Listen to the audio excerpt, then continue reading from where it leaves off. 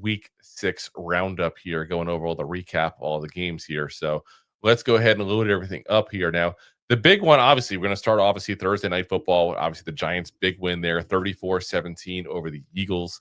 Obviously, we gave all our thoughts on the post game. We kind of talked about it a lot during this episode as well here. Next up, we had the matchup in England there, which is it just me, or is like all these games overseas just horrible? Like it's almost the point like we're showing them the worst of the worst at that point. It's almost like when we started Thursday Night Football a couple of years ago, and it was always like the Saints versus the Panthers. Like it was always those kind of crappy games. But that's what we kind of been dealing with here. The Broncos won 13-11, which was listen. It's getting bad for the Jets, guys. Like if we thought it was ever bad for the Giants, the Jets are now 0-6. They got their first turnover of the season in the 6th week. I think they still haven't even given a turnover up. They haven't. That's the weird thing. Haven't given up an interception, I should say, in the 6th game. So it's weird. They're just not getting it done, guys. Though, and Aaron Glenn is already looked at as like a bad head coach hire. It feels like. And I don't know if that's fair. 6 weeks in. Well, he's supposed to be a defensive guru guy coming. It's kind of like a Dable defense, if you will, is how you get hyped up. And how he's going to whip and shape his defense, which was already kind of a good defense with the talent there, and they're now one of the worst defenses. Like they took a step back. But I feel like, should we really have expected? And this is, like I said, not that I'm not saying you expected it per se, but like, should we have really expected him to be a great defensive coach when the offense was great about the Lions? Like he didn't go, oh no, the Lions defense. You know what I mean? Like that wasn't what scared you about the Detroit Lions. It's the way they played with people. Always contributed to Dan Campbell, whether right or wrong. I'm not in the locker room. I don't know. And the offense, which was Ben Johnson, who's of course over to the Bears now. So I don't know. I don't get that per se. And I think that Robert Saleh, like to Aaron Glenn, like I thought it when you made the move. Like you went to a guy who had a dominant defense in San Francisco, to a guy who had an okay defense that you're really hiring because his team was winning and not because of the defense. Yeah. And by the way, you had 45 yards passing in the game out of Justin Fields. So maybe it's also the offense needs to go a little bit too. And then offensive line, because like he has no support. Guys, I mean, Fields played for the Bears, so he knows what it's like to have an offensive line running for his life. But my God, he was 9 times in that game? It was absurd. It's bad. Just bad. So, all right. Next game up. All right, next up, you had the Jaguars going into Jacksonville. I'm sorry, you had the Seahawks going into Jacksonville. Yeah, Jacksonville was going to Jacksonville playing their home game, hosting the Seahawks. It took a tax. Jacksonville was favored by a point, or Seahawks was favored by a point and a half this game. And the over on this game was at 46. Talk about like Jaguars defense just did not show up and play like how everyone thought they would. And the Seahawks capitalized on this big time. Trevor Lawrence did not have repeated showing what he did last week against KC. Jags lose in a bad game. Yeah. My final score here was a 20-12. 20-12 was the final score. Absolutely insane. And listen, there were some bad moves made too. Like this is a young team in Jacksonville. And I feel like this is a team that has a chance to kind of go up a little bit there. Like at one point, there was a big play that got called back because Travis Hunter was offsides.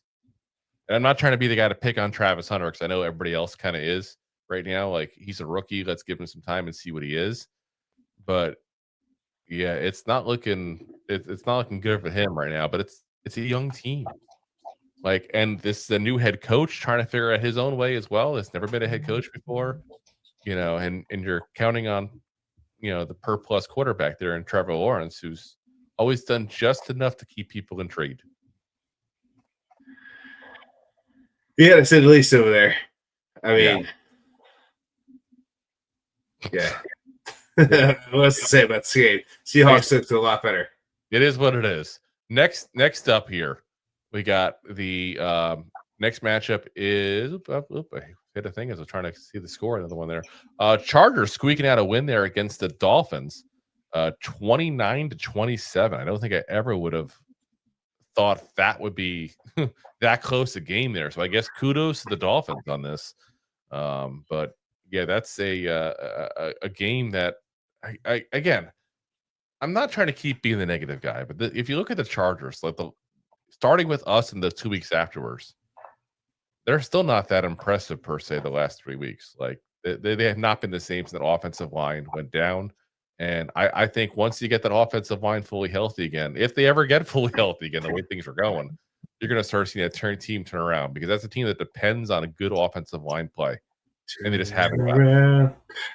Every now and then, the quarterback at sack time because the offensive line sucks. Yeah, the Chargers are dealing with a lot of injuries. And Miami is just, I think Justin is fighting for his job over there. Justin Pugh's about to come. He might be coming off scotch. Oh my god, he might be that bad. Pretty bad. Not as bad as how bad Baltimore has looked since week 1. Because they went ahead and hosted the Los Angeles Rams, which they lost 17-3, and where the Rams were favored by 7.5, which covered easily in this game. Yep. The first half told a different story from the second half. The Baltimore kept this game a little somewhat close, and then they fell apart. They're too banged up. Lamar with his hamstring. King Henry could only do so much by himself. They have both sides of the trenches. It's a lot of key injuries, and then they're I want to say it's the number 1 and number 2 cornerbacks out as well. Yeah. Now I will say Derrick Henry has had only 2 good games right now this year out of 6 games. This was one of them. He had 122 yards, but he was the only person. Remember when Barkley was like the guy that just did everything for the Giants? That's what's going on with King Henry right now. Yeah, He's the only person out there. Cooper Rush can only do so much. I'm hearing people group him in with Saquon Barkley a lot right now. We talked about it, obviously, leading up to our game with the Eagles, where Saquon hasn't been Saquon this year really so far. He's 2.5 yards lower on his yards per carry than last year, practically. But Derrick Henry is still averaging 5 yards a carry. He's just not getting the ball as often. Like, there's only so much he can do when he gets the ball 8 times. I was about to say, the problem is that you don't have Lamar Jackson. He's not healthy. So, and that defense has let up a lot of points. So they're playing from behind constantly. And you can't run the ball as any amateur like football coach. You don't run the ball constantly from behind. You run constantly when you're ahead. You can still, though, include him in the passing game at least a little bit there. But, I mean, he's, like I said, last week against the Texans, he got destroyed, averaged 2.2 yards a carry. But that Texans defense trench is pretty tough right now. Yeah, this year though, he took as good a control you can from the running back situation of the game. 24 carries, like I said, 122 yards. So, but like I said, he can't do it himself. They need to have a passing game, and Cooper Rush just sucks, quite frankly. Yeah. So it is what it is. Until they get Lamar back there and try to figure out what the hell's going on with this defense, they're going to be kind of in trouble. So, all right, let's get into the latest adventure of Indiana Jones against the Cardinals. He's been kicking butt. I got to root for the guy. It's weird that I've never had a player that we've lost like this that I've rooted so hard for as Daniel Jones. I love that this kid's being successful. I really do.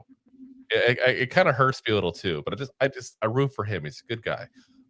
Listen, Cardinals made it definitely a little closer than we expected, but 31-27, the Colts squeak out a win there. And like I said, shouldn't necessarily been as close, but well, listen, you had a new Call of Duty come out. Kyle Murray did not play this game. You had Jacoby Prescott. Prescott. Jacoby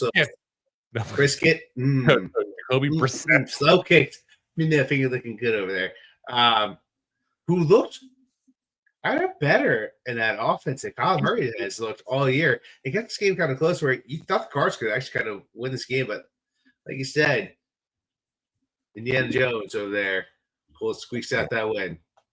And Kudos to him. the dial of Arizona destiny. Yeah. But I mean, Brissett is not a bad backup. The problem is that if you leave him in too long, people will figure out how to play against him because he's not that good. Yeah, he's not a pony, but he's not far off from that. Yeah, no, he said for a game or two, he's not a bad backup still. That's for damn sure. So yeah, exactly. Well, up next, you had Carolina host Dallas, and what an upset! Great game. It's what to be said. What is Dallas? What is the Panthers after this week? Because Panthers win 33-27. Their defense stops Dak in his tracks. And you had Rico himself go for 123 yards. Suave. 30 carries, 183 yards, plus 4 receptions, 56 yards, and a touchdown. So he had over 200 yards against ball down. You could argue Bryce Young had his best game of his career. Yeah. Definitely this season. He's the most effective. I'll say it that way. He only had 109 yards, but he still had 3 touchdowns. So it was most effective game of the season. That's for sure. I mean, Dak still had a good game as well. I mean, 261 yards and 3 touchdowns. The problem is he can't do it all himself, guys. And Pickens, I got to say, and I'll say it point blank, I'll admit when I'm wrong. So far, I have been wrong in this Pickens thing because he had 168 yards and a touchdown. He's had a great start to the season there. I still think he'll implode at some point. He can't help himself. But so far, so good for the Cowboys with that part there. But who would have thought that would be where it's at? I mean, it's insanity now. So you have the Cowboys now at 2-3-1, and the Carolina Panthers at 500. Yeah, there was a great meme I saw last week. It was John Daly and it was probably Tiger on the golf course. Yeah, John Daly smoking cigarette with his big old gut hanging out with his great mullet, and it just has Carolina Panthers right over him, 2 and 3. The mullet, the fish, or the mullet, the haircut? Just to be clear. Sure, both. Okay. Right behind. What's it called? Tiger Woods. Tucked in, proceeds looking. Take it. KC 2 and 3, just stared at each other off. There you go. Week later, 3 and 3. Yeah. Chaos. This season's the better team. That's system is just absolute chaos. I love it. I love every second of it. And the parity is real. This is why every single league should have a cap like the NFL has. Yeah, it makes it fun. It makes it fun. So, all right, next up. It's your game. Oh, okay. I thought it was my game. The last one. Yeah. Right. I started with the Panthers. I'm overheated still. The AC is still not working. All right, fine. I'll go with it. The Patriots get hosted by the Saints. Go for it. What the hell? The Patriots get hosted by the Saints. Hosted by the Saints. Oh, come on in, sir. Good sir. Good sir. Come in. Mr. May. Come here and just throw 3 touchdowns against us. Kick the living crap out of us. Beat us 25-19 as the Saints come marching out of town. Let's see. New England start off this game in the first quarter 14-6 and never looked back. Saints defense had some of its ups and downs there, but at the end of the day, Drake May he was 18 for 26 with 261 yards with 3 touchdowns. He just looked way better. It looks like New England finally has a quarterback since Tom Brady left. Not saying he's Tom Brady, but they finally have a coach. That is 100% what it is. Mayo is not the answer. Vrabel is. And I also got too confused with Mayo. Yeah, it's chaos. Which one do I hear? And as a Giants fan, I can tell you that it appears that when you don't turn the ball over 5 consecutive drives, you can beat the Saints. Yeah. Or you score a shit ton of points on them, like Seahawks did. They did that pretty well. That too. Next up, we got the Steelers and Old Man Rodgers playing the Cleveland Browns in Pittsburgh. And they're just playing with them, basically. 23-9 is the end result of this game, guys. And if you watch the game, like the insanity of it is Dylan Gabriel didn't look great, but he had 5 catches that should have been made point blank. Like one literally hit, I think it was Jerry Judy. I wasn't planning on talking about this play specifics, and maybe I'm wrong, and then somebody can correct me in the comments if I'm wrong. But literally, it smacked him in the helmet as he was about to be like able to maybe sneak in for a touchdown if he had caught the ball. Instead, it's like it literally hits him on the side of the head. Like that's an issue. That means there's a miscommunication there somewhere. I don't know to blame the receiver, the quarterback, or the coach because I don't know the play, but there was obviously some miscommunication on that play to say the least there. I listen. I at this point, as somebody who has no dog in this race, and I still think Dylan Gabriel is going to be good. I just hope the Browns at some point figure out a way to go ahead and get Shador Sanders at some point, so we stop hearing the people say, "Oh, Shador Sanders would make that throw. Oh, Shador Sanders would." No, he stinks. He's a 5th round pick for a reason. He's a 3rd quarter. If he was good, you think the Cleveland Browns would be like, "I got it. This is what we should do. Let's make this kid the 3rd quarterback to start the season. That'll help us win, even though he's better than everybody else." Like that should tell you all you need to know. For some people who are still riding Shador Sanders junk like that for some reason, I don't get it. I don't get it. Yeah, it makes no sense. When you're such a bad quarterback, you're the 3rd quarterback for the Browns. Yeah, you fall that far behind. So, like, obviously, you're the savior of the Browns. Let's go back to Ricky Iglesias, or Gable, whatever his name is. Yeah. The whole thing's the whole thing is sad. It's like Steel City right now is blown. They're like just flipped upside down.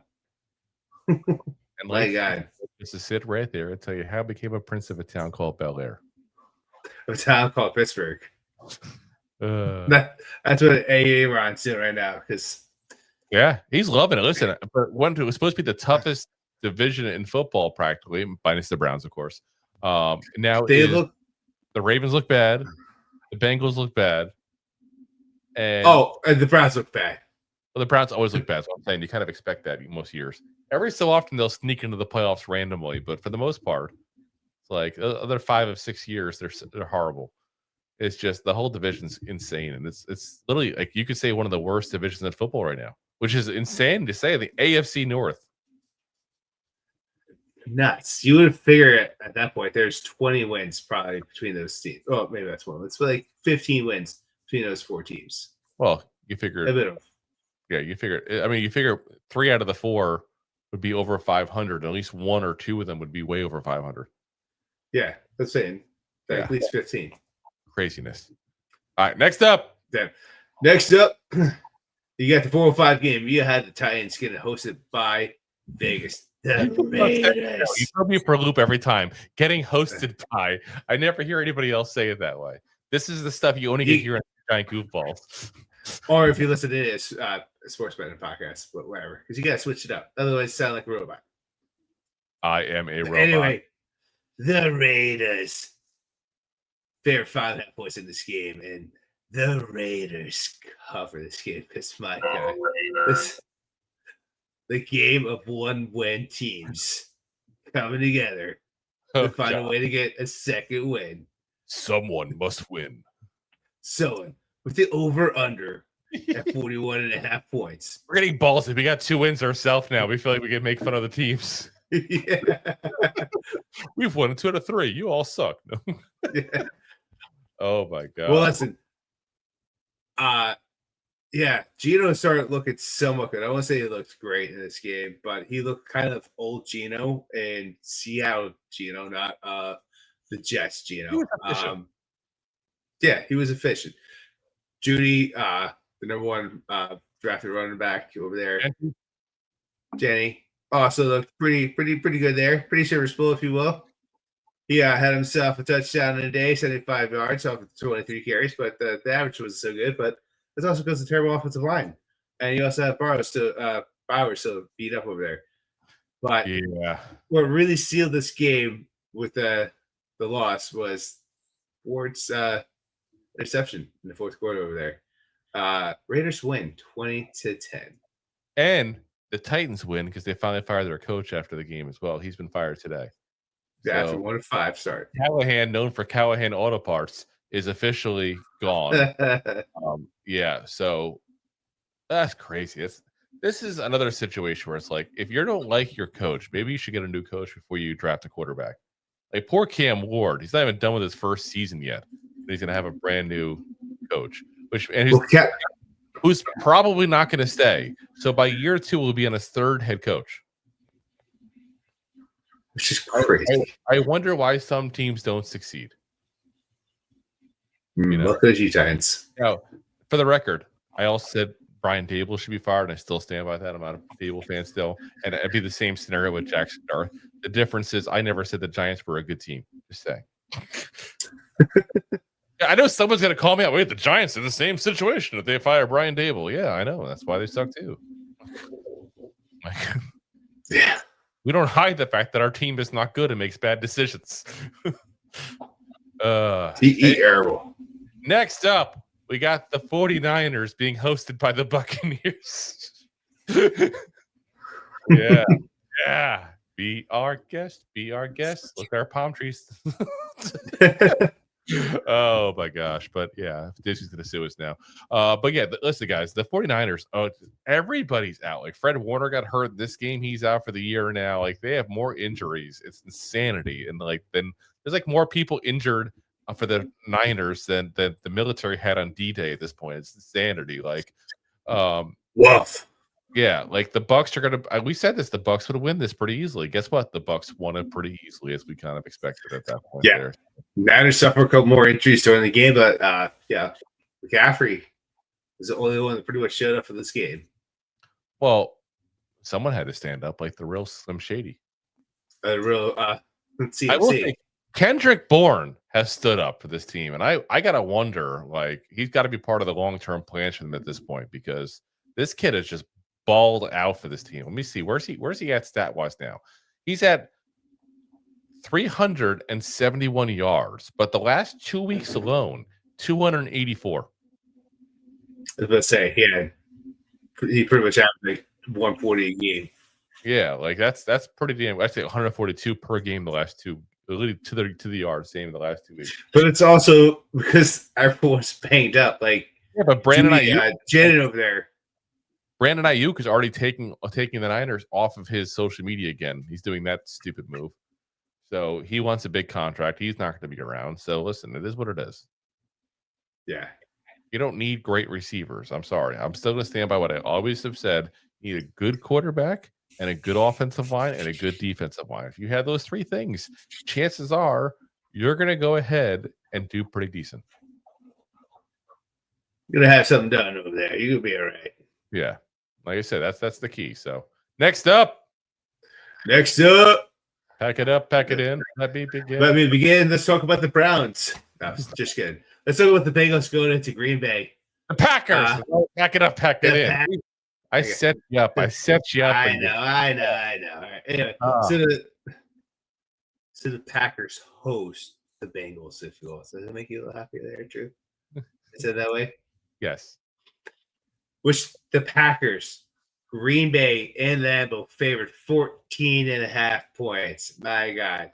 They teeter on this the whole game. But they don't come to because Joe Burrow Joe Burrow is sitting and watching the silence. Joe Flacco, first half. Flacco. Flacco. He goes over there after 5 days on the practice squad, not even. I think in trade over there. He's playing a little street ball. The first half, he looks sus.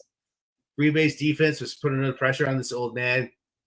I think he was sacked 5 times in this game.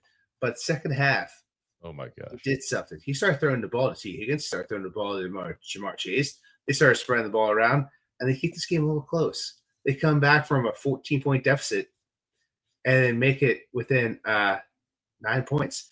Packers win 27-18. Yeah. Jordan Love looks pretty good. Dobbs himself looks like the number 1 receiver over for Green Bay. Keeps catching the ball downfield. If he gets his head screwed on right, then Dobbs is not a bad receiver. And it's just he's one of like 5 number 3 receivers to have. That's the problem. Listen, you already said you don't need a number 1. Just get yourself a good offensive line and a good quarterback. Okay. What does Green Bay have? An offensive line and an okay quarterback. Ranked a lot higher than the top. Okay. He hasn't progressed like I've hoped he would. I actually root for the kid because I think it's an interesting story about the Packers keep on getting good quarterback after good quarterback. Like I wish the Giants. Let's mimic this. The days of having a quarterbacks or your top 10 quarterbacks in the NFL throw for 300 plus yards every week is out the window. I'm not even saying that. I'm just saying point blank what I've seen play wise. Like I said, I'm not down on him. I just don't think he's progressed like I had hoped. And maybe it's because I have unrealistic expectations because he's literally following Rodgers and Favre. Like he's not Rodgers or Favre. That's all I'm saying. He's his own player, and he definitely gets outside the pocket a little bit more. I'm the old man. But you can also tell, like 2 years ago when he first started, you could tell how Greenwood was going to play that game, how he came out of that first drive. Yeah. And those tail signs are gone. He wins those games if he does not get a good drive in first drive now. But it's also the NFL. It's also a wacky NFL right now because they lost. They tied to the Cowboys, but the Cowboys lose to the Panthers. I'm still pissed about that. Think about that. If they had just done what they had to do and beaten the Cowboys in that game, we'd be sitting right now tied with the Cowboys at 2-4. Yeah. Right. If we just beat the Cowboys, then we should have done it. Not play prevent defense. We would also be ahead of them. But that's a whole separate thing. That's a different story. I expect more of the Packers than I expect of the Giants. That's sad but true. Next up, we got the game there last night that ended in fisticuffs. Literally ended in fisticuffs. As the Chiefs beat up the Lions 30-17 with a lot of help from the referees, what everybody says. Yeah, but listen, it is what it is. I mean, I don't know what to tell you guys. Like, I feel like that's every single week I hear that talk, and it's every single game. It's just people think there's a whole conspiracy with the whole Taylor Swift and Travis Kelce and referees. I don't know. Maybe getting free tickets to the shows. I don't know. But yeah, there was a fight at the end. There'll probably be suspension coming from there. But I mean, Mahomes will look like Mahomes again. 257 yards, 3 touchdowns. Like, yeah, like I said, it's there. It's there. So he kind of looked like Jordan Love in that game with the same stat wise. And I know Jay was celebrating because he's a massive Chiefs fan. I hear as I see the comments. Wow, 0 penalties against the Chiefs. Scam. Sick of the Chiefs. Oh my god. Yeah, listen. At the end of the day, haters are gonna hate. Listen, everyone hated Tom Brady because he won so many with New England. But at the end of the day, like, he's a good quarterback. Like, there was a good team, and like that's what we have right now with the Chiefs. Like, I don't want to admit it, but Andy Reid, Brett, I'm glad he's not with the Eagles anymore. He's a great coach. Yep. He drives his players' excellence. And going back to what you said before, who's your number one over there? I mean, this week they had Worthy, who's kind of looking a little healthy. At the end of the day, this is. Hey, Jay, I don't know if you need to hear this. It is 10:30 at night. I mean, I don't know if you need to hear this. That's the end of the day. The end of the day, literally. I mean, it's the end of the day. Oh my gosh! But you're one of the best head coaches probably of all time. Who's front this team? You got Mahomes, who's going to be arguably one of the best quarterbacks who's ever played this game. Arguably is. They find ways to win. Winners win. Yeah, and he's been winning for years. Like I said, I don't get why. I get why people don't like the Chiefs because, let me be very frank, when it boils down to it, people don't like the teams that win. Except unless it's your team, of course. Like, you know what I mean? Like, if the Giants won 5 Super Bowls in a row, hypothetically, we would not complain. But I guarantee you, every other freaking football fan would hate us. Because people like parity. People like seeing new people winning. That's life. When you keep on That's life. That's life. But it's like when you keep on seeing Josh Allen and Lamar Jackson not getting into the Super Bowl, Joe Burrow just getting in once, like people eventually go, oh, God damn it, Patrick Mahomes keep getting in, It's kind of like how, like, and I can use this analogy being an older gentleman being in this era here. Like, I remember as a kid, everybody hated Jordan because nobody else would get into the goddamn playoffs. Like, there was a lot of frontrunners and Bulls fans, obviously, but people hated Jordan because he'd get to the finals and just win a championship every single year. It's like, why even have this damn season? Like, just give it to Jordan. Like, that's what it's going to be. And now he's looked at as the best player to ever play the NBA. And if you think it's LeBron James, I'm sorry, either way too young to understand or you don't watch basketball. But like, that's just what I feel like is going to happen with Mahomes. I feel like in 20 years, that eventually what's going to happen is someone's going to go, God damn, he was a good player. And they're not going to bring up any of the hate that's on right now when they talk about the refs and about the Taylor Swift stuff and all that stuff. It's going to be just look at the resume that Patrick Mahomes has.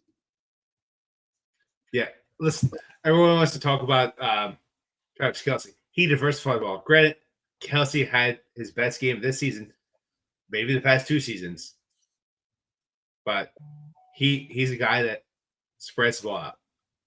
And that's how quarterbacks keep you on your toes. Like, you think you have this one weapon over here, he's going to throw it to 3 other people and then throw it back to him.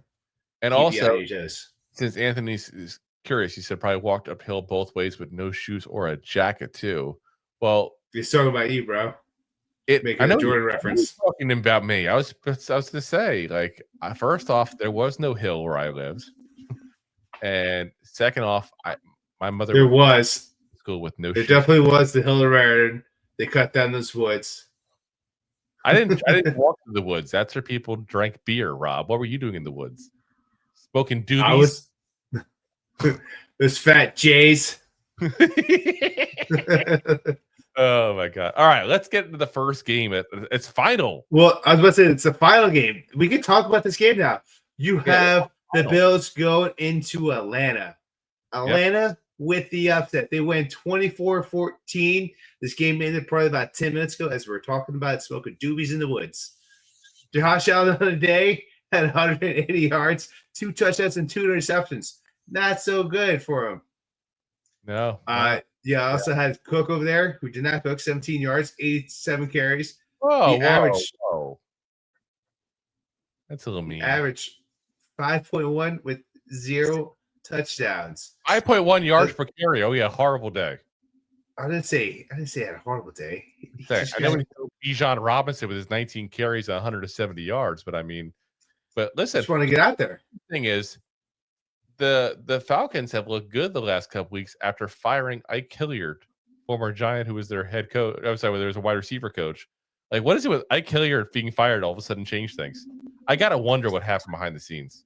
I really want to know, because that's a weird thing to happen. Like, you fire the wide receivers coach and all of a sudden your team starts performing. Well, listen, you know what happens is your number 1 receiver, Drake London, goes for 158 yards on 10 catches. Drew, you know the statistics off that. They also had a touchdown pass off that. That's saying what happened there. I'm curious what happened there. I would love to be a fly on the wall there, you know? They let Penix throw the ball. Is what happened. It just seems weird. Like, of all people to fire, I just wonder if there's something going on behind the scenes. And it's not necessarily it's his fault. Like, it's just weird. Like, it's, it could have been that, the star, like Drake London, the star receiver, didn't like him, and it didn't work out for that reason. But it doesn't mean either one of them are, bad at their job. It's just oil and vinegar. Sometimes it happens. I feel like for the wide receivers coach, they weren't really. Granted, it goes on offensive coordinator as well, but they weren't really scheming that well for the left-handed play. Yeah, and now they're throwing the ball a lot more, besides running. Yeah, they're just doing much better in general there. So we'll see how the rest of the season goes for them. On the last game here, the Commanders are up by 1 point over the Bears right now as the fourth quarter is starting. So they're up 17-16.